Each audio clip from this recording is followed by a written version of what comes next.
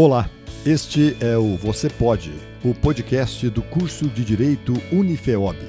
Eu sou o João Fernando Palomo e por aqui nós estamos tentando mostrar para todos o que nós estamos chamando de lado B dos professores que fazem o curso de Direito. Estamos focados em mostrar aspectos pessoais da vida de cada um para que você saiba que por trás daquele professor que você encontra na sala de aula, existe uma pessoa com características, gostos, manias, que muitas vezes podem se parecer muito com o seu gosto, com as suas características, com as suas manias.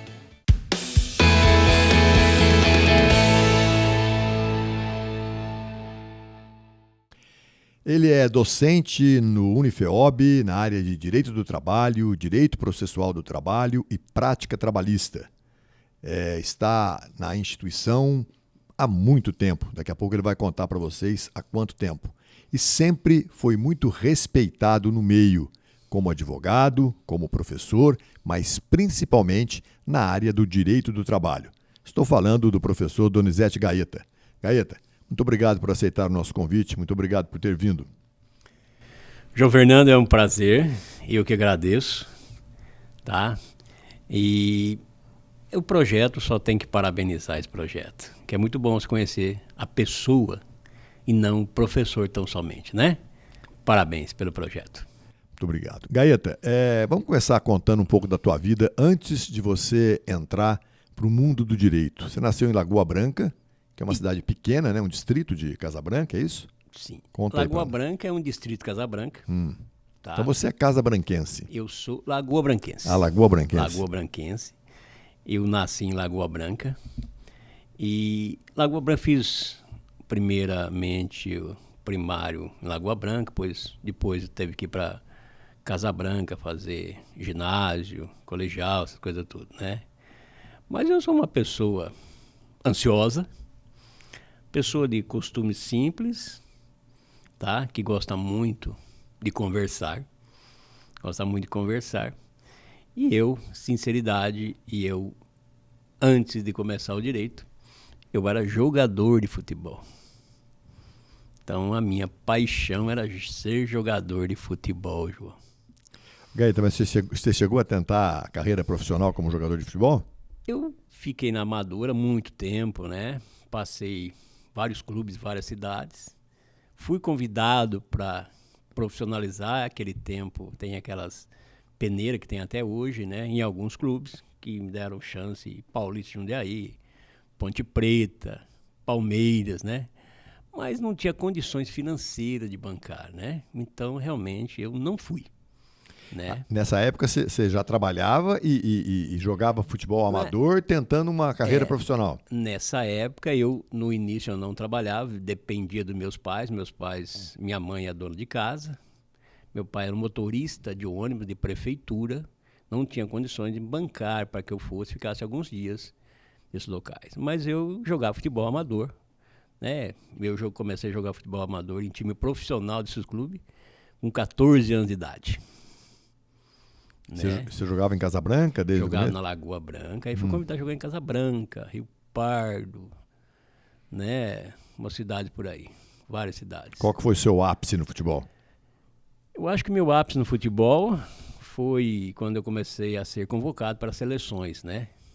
Quando eu fui ser seleções de cidade, eu ia convocado, né? Então, por incrível que pareça, meu ápice de futebol foi o Corinthians de Casabranca. Com o Gilmarzinho? Com o Gilmar. Você tá brincando? Sério. Juro por Deus que eu não conhecia essa sua faceta, Gaeta. Exatamente. Então joguei no Corinthians há algum tempo, né? O famoso Corintinha de Casabranca. Corintinha de Casabranca, eu acho que ali foi meu ápice de futebol, né? Foi onde apareceu meu futebol bastante, foi ali. Aprendi muito com o Gilmar, né? Que era técnico, né? De futebol. Era técnico, mas ele era um cuidador de jovens talentos, né? Isso. Eu conheci ele também. Exatamente. Ele me ensinou muito, né? E dava muita bronca na gente, né? Você tem que agir dessa maneira. Porque na idade, né? A gente jogava futebol por prazer e jogava.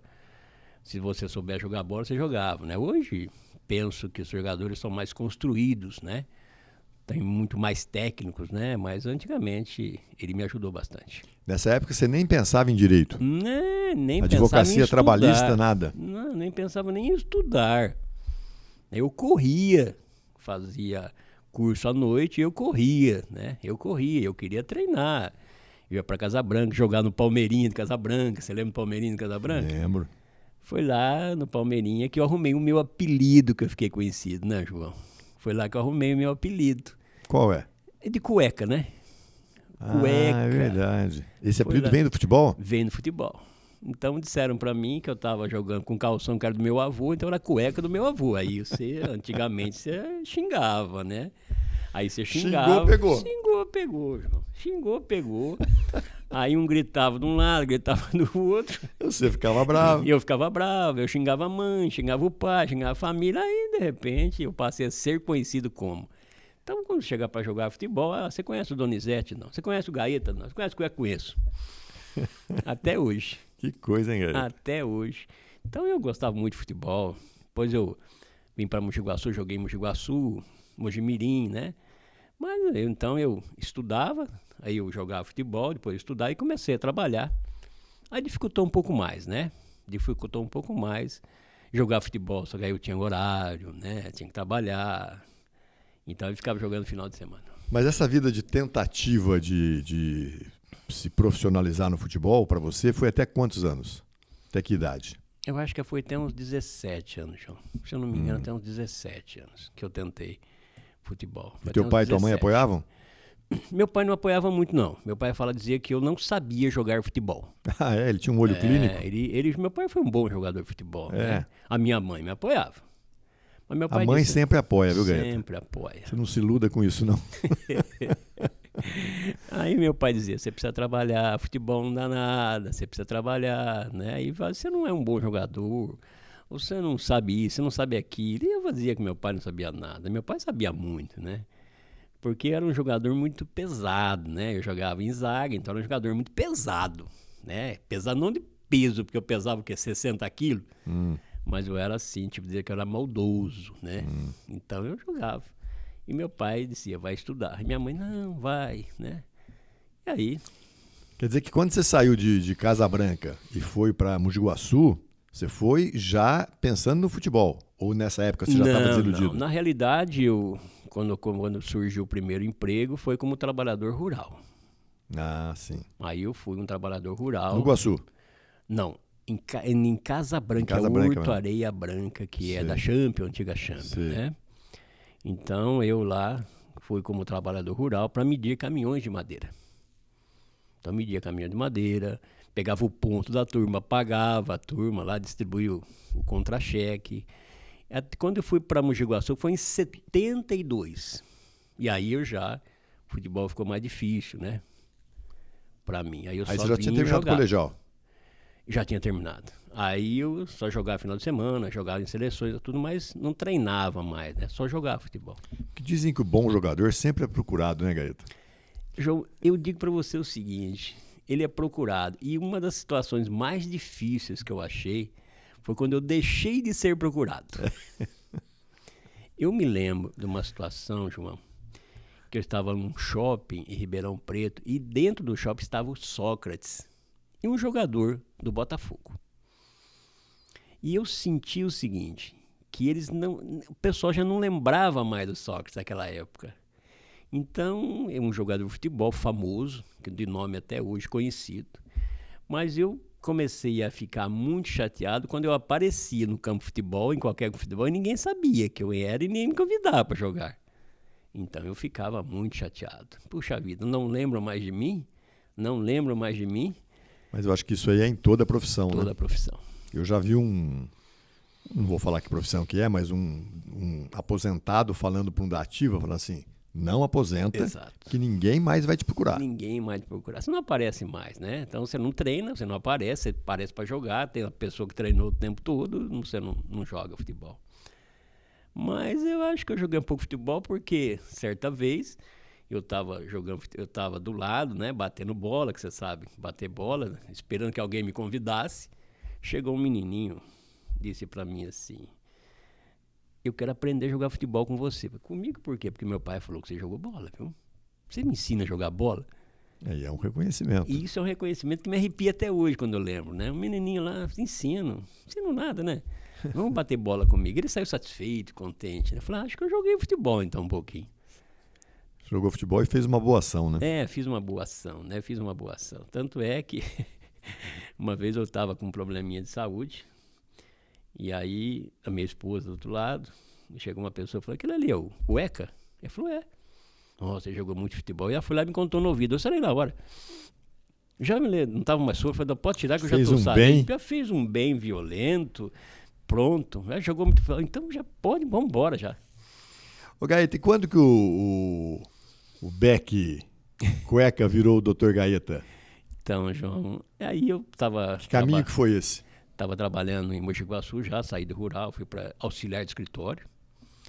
E lá eu tinha necessidade de estudar, né? Aí eu falei, eu vou fazer o quê? Faz administração. E eu comecei a fazer administração de empresa aqui, no centro FIOB, tinha um prédio do lado ali. É. Então eu comecei a fazer administração, vinha com uma dificuldade, bastante, porque nós ganhávamos um salário que não dava para pagar tudo, né? Aí fiz quase um ano de administração, mas eu jantava pipoca. Você lembra de um carrinho de pipoca que tinha ali do lado, né? Lembro. Então nós jantávamos pipoca. E eu vi o pessoal de direito, com os livros em mãos, professores conversando. Aí eu falei, puxa vida, né? Eu gostaria de ser. E quando eu fiz o vestibular, que era muito concorrido à época, e aí eu passei no curso de Direito e comecei a estudar o Direito. Estudar, né? A gente vinha para a faculdade, tinha dificuldade de comprar livros, né? Tinha que pegar livros dos veteranos, né? Pegar os livros do veterano, pagava 1/3 do valor, né? E aí começou o Direito, eu fiz o curso, parei 2 anos, porque não tinha dinheiro. Parei 2 anos porque não tinha dinheiro para pagar o curso da faculdade. No final de 2 anos, o meu chefe me chamou e disse assim, tá estudando? Eu falei, mas eu tô com a matrícula trancada. Qual é o motivo? Eu já não queria, né? Quieto. Eu não tenho dinheiro. Ele falou, então você volta a estudar, senão eu vou te mandar embora. Que isso? Vou te mandar embora. Mas será que ele falou isso porque ia mesmo te mandar embora? Ou ele falou isso como um incentivo para você voltar a estudar? Hoje eu vejo que muitas pessoas me incentivaram com broncas. Porque toda bronca que você leva tem um fundo, né? Então ele disse para mim, olha, você vai ser mandado embora, eu não tenho dinheiro. Eu vou conversar para ajudar a pagar essa faculdade, a gente vai pagar 90% da sua faculdade e você volta. Se você repetir de ano, você vai ser mandado embora. Eu assustei, né? Aí eu me assustei, falei, puxa vida, aí eu voltei a estudar. Mas a época era difícil, porque eu andava quase 4 km a pé para pegar o ônibus da faculdade, e depois voltava e andava mais 4 para chegar até a República. Não morava em República, na Vila Champ. Em Mogi Guaçu. Em Mogi Guaçu. Era quase uns 4 km para ir e voltar, assim. Gaeta, quer dizer que a gente pode falar assim, ó, que para estudar você sempre andou de ônibus, né? Porque quando você morava em Lagoa Branca, para estudar em Casa Branca, você também ia de condução. Exatamente. Ia no ônibus da prefeitura, né? E também em Mogi Guaçu eu ia no ônibus estudante, né? Sempre de ônibus. Sempre de ônibus. E na época da faculdade ainda com essa dificuldade de refeição, né? A dificuldade de refeição, né? Tomar o ônibus, porque de repente chovia, você tinha que tomar chuva, andar 4 km tomando chuva, né? Sempre. E para ir para minha casa, para Lagoa Branca, casa da minha mãe também, eu parava ali no asfalto que vai para Casa Branca e andava aqueles quilômetros que tem até a grande cidade da Lagoa Branca, né? O berço ali também sempre de ônibus, sempre. Dificuldade de alimentação. Final de semana era pior, né? No meio da semana você comia no restaurante da empresa, mas no final de semana fechava tudo. Aí você tinha que fazer o quê? Era por sua conta e risco. João, eu digo para você que eu cheguei a pedir comida nas casas. Né? Na Vila Champ ali, né? Eu cheguei e falei, olha, não tem um resto de refeição aí? Não, tem. Cheguei a fazer isso. Tinha muita fome, né? E não conseguia carro para ir até a cidade pegar alguma coisa, não tinha dinheiro. Eu cheguei a pedir. E era bem recebido assim? Era bem recebido, porque a Vila Champ era quase que uma família, né? O pessoal que morava ali trabalhava, já conhecia a gente. Trabalhava mais ou menos na mesma empresa, né? Na mesma empresa, né? E conhecia, né? E eu cheguei a pedir. Ô Gaeta, agora, nesse período você trabalhava numa empresa multinacional, começou a cursar direito, estava cursando direito, e quando que você decidiu por gostar, ou quando que você começou a gostar do direito do trabalho? Bom, eu trabalhei em custos, trabalhei em planejamento, né? E depois trabalhei em recursos humanos. Em recursos humanos, né, eu tinha contato com a área que o pessoal diz, mas a área de direito do trabalho, e quando surgiu uma oportunidade de ser advogado. Mas eu não pensei em ser advogado, né? Eu trabalhava em RH, surgiu uma vaga para ser advogado. Surgiu uma vaga, até que a pessoa me chamou, me convidou. A empresa me chamou e me convidou. Você quer? Quero. Foi quando deu aquele start, eu falei, puxa vida, eu conheço rotina trabalhista, não conheço direito do trabalho. Agora você é advogado de uma grande empresa. Foi quando eu passei noites e noites decorando a CLT, João. A lei do rural.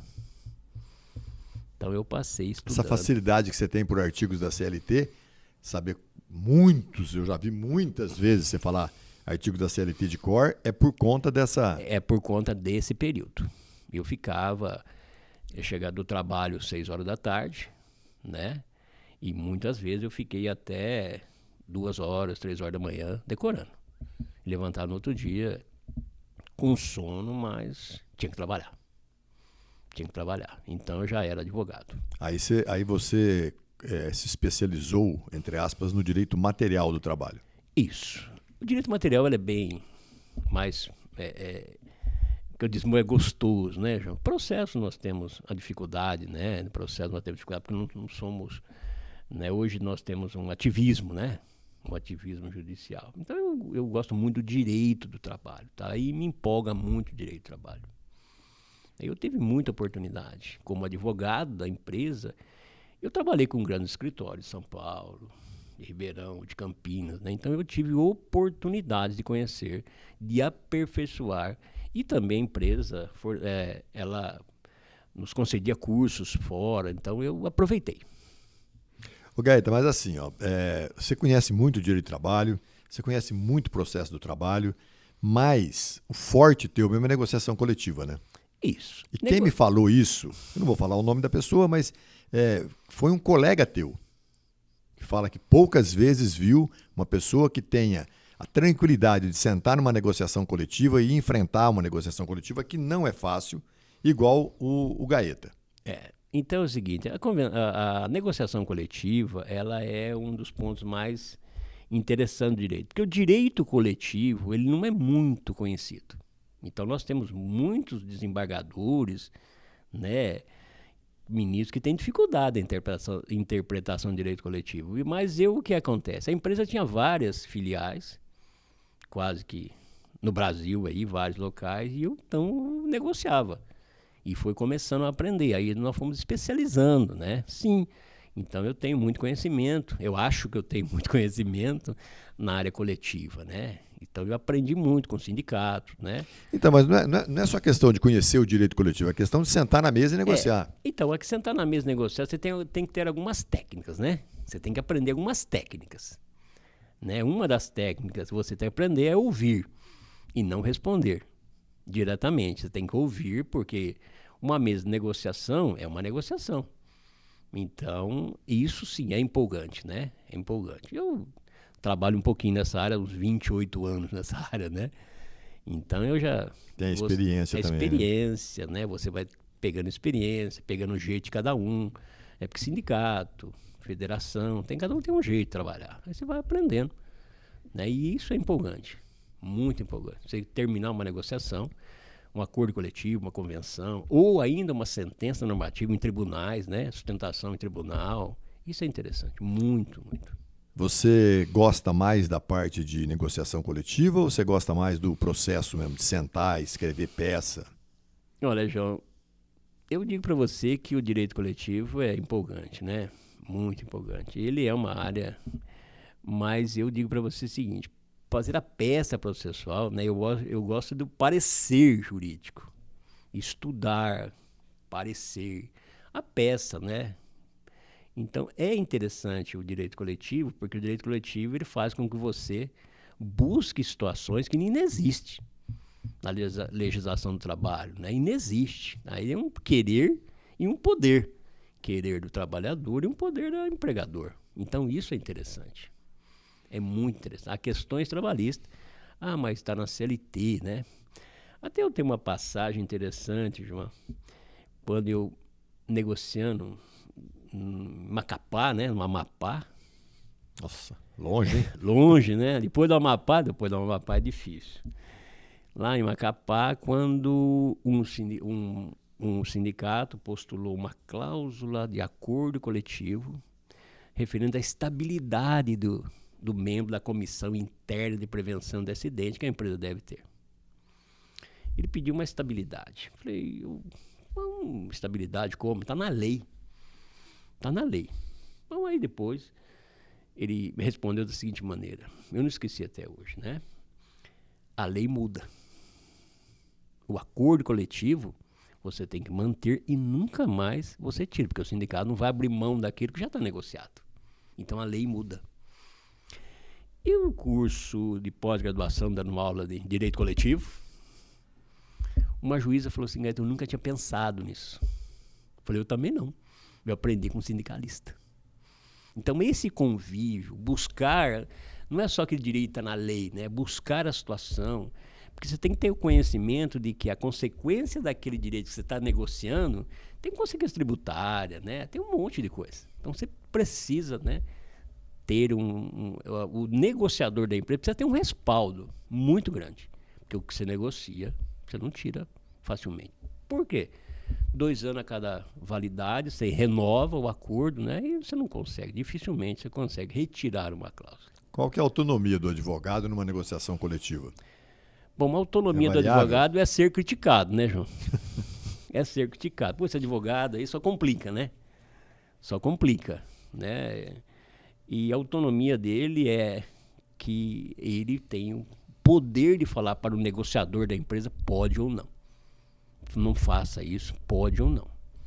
Né? Olha, isso aqui você vai ter que conversar com o diretoria, porque tem essas consequências para você. Que vai o administrativo também, né? Que vai o administrativo. Você tem essas consequências. Caso você negocie essa cláusula, essa condição de trabalho, que é um direito trabalhista, você terá essas consequências. Então, isso eu entendo que é uma autonomia, você poder falar dessa maneira. E aí ele dá uma recuada, e aí depois nós vamos conversar. Porque a negociação é sentar à mesa, bastidores, sentar à mesa e bastidores. Como eu sou assim metódico, né? Eu sou metódico. Eu fui até expulso numa negociação trabalhista. Se esse advogado comparecer, nós não entramos na negociação trabalhista. E era uma negociação de federação, estava acima de sindicato. Então eu fui impedido. Se você, esse advogado aí, porque tudo para ele é problema. Não é problema. Tem uma consequência, né? E é importante o advogado na negociação. Se esse advogado entrar na mesa, nós saímos. Você pode sair, Gaeta? Saio, né? Fazer o quê? Para o bem de todos, para o bem de felicidade todos. geral da nação. Aí a empresa também disse, não, se ele saiu, eu também saio. Quando rompeu o sindicato, né? Eu tenho esse... Fui expulso de uma negociação trabalhista. E isso para você é motivo de honra? É motivo de honra, porque eles não tirariam se você fosse ruim, né? Exatamente. Isso é motivo de honra. Olha, você sabe o que você está falando, né? Penso eu que é isso. Então, essa pessoa não quero. Falando ainda de escritório de advocacia, você tem um escritório de advocacia hoje, você não está mais advogando como empregado, né? Você tem um escritório que trabalha você, sua esposa e 2 dos seus filhos. Sim, eu tenho um escritório em Mogi Guaçu, tá? Que trabalha exatamente essa pessoa que você indicou, que você mencionou. O Bruno, a Laura e a Ellen, que é minha esposa. Tá, e o serviço lá é dividido ou todo mundo faz tudo? Não, lá nós fazemos, cada um assim, pega uma área, mas trabalhista tem o Bruno e eu, né? A Laura também vai trabalhar. A pergunta que eu queria chegar era nessa. Diz que o Bruno é melhor que você, é verdade? Olha, João, eu digo para ele. Ele é um estudioso, né? Ele é um técnico, né? Eu digo para ele, você é melhor que eu.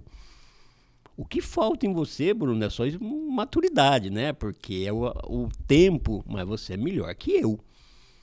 Né? Eu Mas falo, ele tem quantos anos? 30 anos, né? o Bruno? É. O Bruno tem aproximadamente quase 40 anos, né, João? 38, 9 anos. 38. Né? 38. Então já tem maturidade, né? Tem maturidade. Mas como ele é muito técnico, você sabe quando um cliente chega, se você der a notícia que você perdeu tudo, ele fica branco, ele desmaia. Então você tem que esse jogo aí que é importante, você conhecer, você lidar com isso, né? Tem que ser psicólogo, né? Dentro da advocacia tem uma parte da psicologia, né? Você sabe, você é advogado. Muito respeitado, muito querido pelos alunos, viu, João? Falam bem de você, né? Muito querido. Então eu tenho orgulho em ser seu amigo. O momento constrangimento do apresentador, tem gente que faz no começo, tem gente que faz no meio, que nem o Gaeta, e tem gente que faz no final. O Gaeta, como é que você se tornou professor, filho? Eu pedi. Depois de eu ter formado, né? Quando eu terminei o curso, demorei 2 anos para fazer o AB. E 10 anos para fazer minha pós, né? E aí encontrei o pessoal da FEOB num restaurante e fui lá. Falei, eu gostaria de dar aula na faculdade. E aí você recebe aquela resposta. Quando precisar eu te chamo.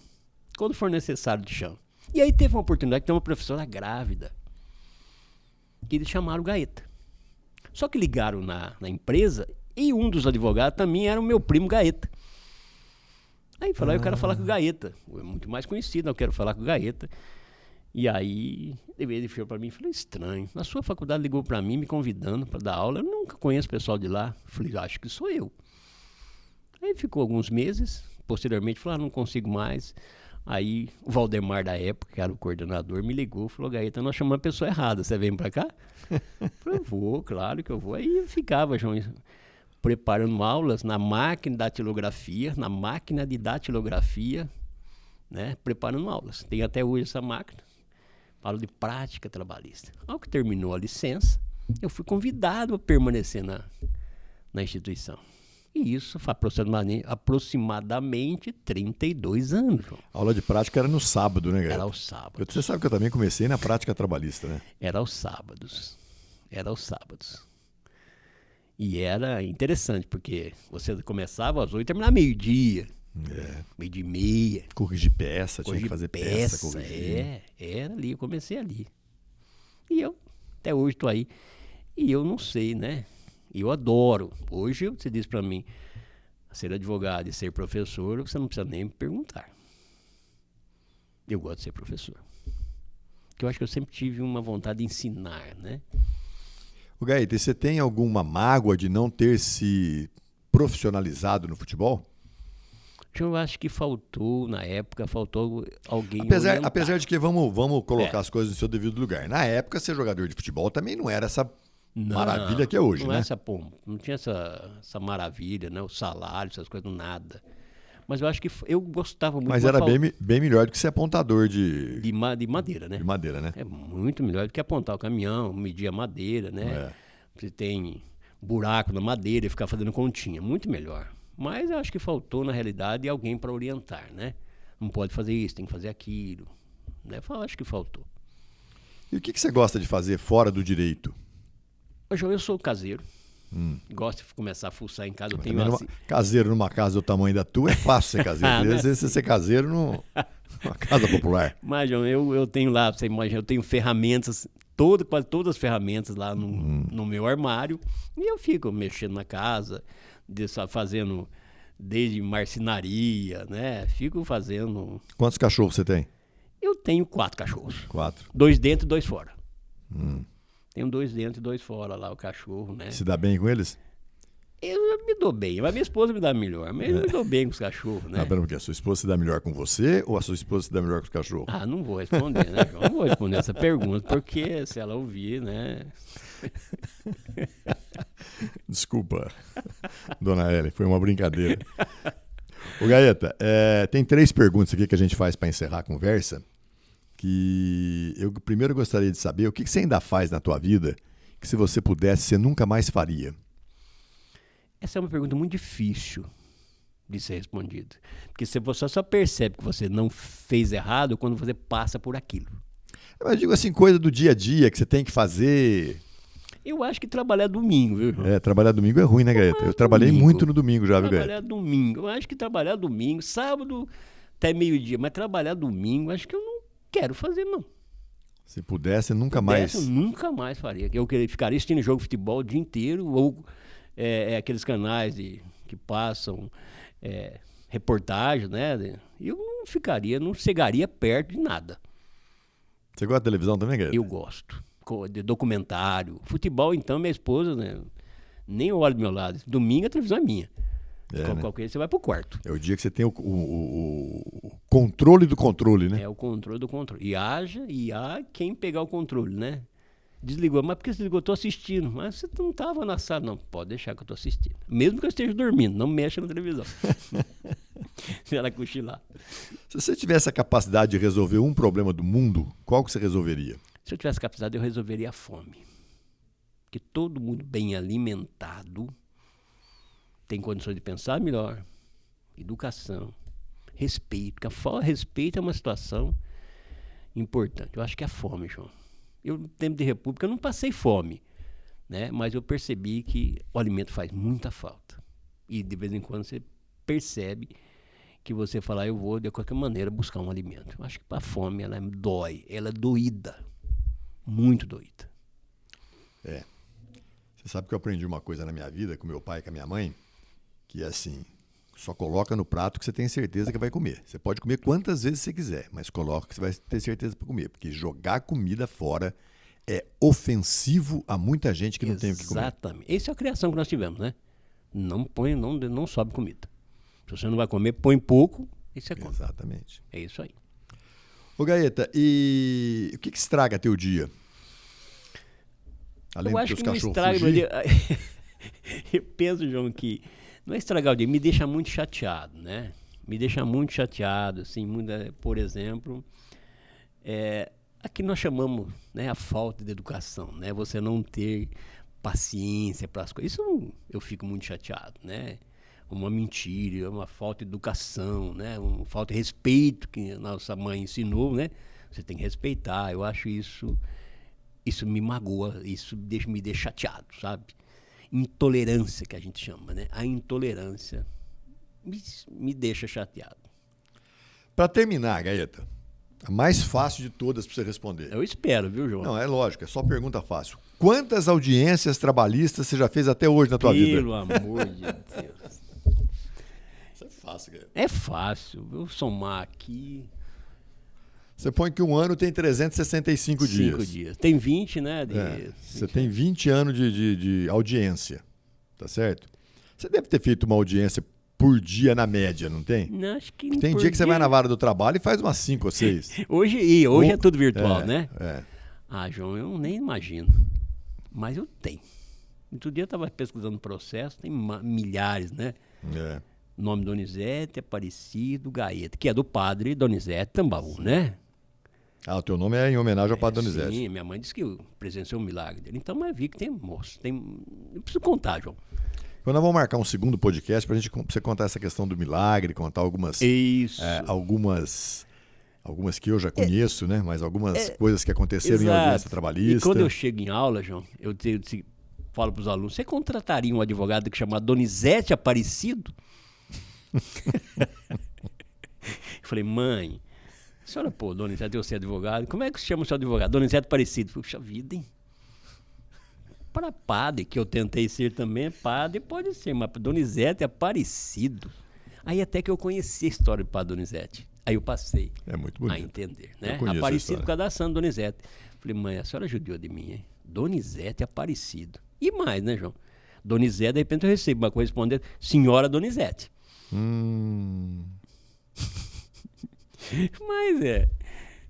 Mas é de menos, né? É o de menos, né? É o de menos. Então eu digo, Donizete Aparecido advogado. É difícil, né? É difícil, mãe. Porque mas deu certo, né? Graças a Deus. Eu tenho que agradecer. Graças a Deus, você é um advogado de sucesso, uma pessoa de bem. E a gente tenta, né, João? E é um professor muito querido também. Muito obrigado. Gaetão, muito obrigado por você ter vindo. Eu gostei muito de conversar com você. Conheci coisas da tua vida. A gente conversa quase que não diariamente, mas 2, 3 vezes por semana na antessala das salas de aula. E eu conheci muitas coisas da tua vida que eu não conhecia. Foi uma honra e um prazer para mim. Muito obrigado. Eu que agradeço, mas eu tenho que fazer uma pergunta para você. Posso? Pode fazer. Quando é que você será entrevistado, João? Eu vou ser o último a ser entrevistado. Ah, bom. Como eu pretendo manter essa coisa por uns 40 anos... Porque a gente quer conheça um pouco da sua vida também, o lado B, né, João? Eu que agradeço, João. Muito obrigado, viu? Mas eu vou respondendo as perguntas que conforme você vou Não entrevistando... escapa não, João. Não escapa não. Não escapa não. Falou, Gaeta. Pessoal, muito obrigado por acompanhar mais um Você Pode, o podcast do curso de Direito Unifeob. Até a próxima.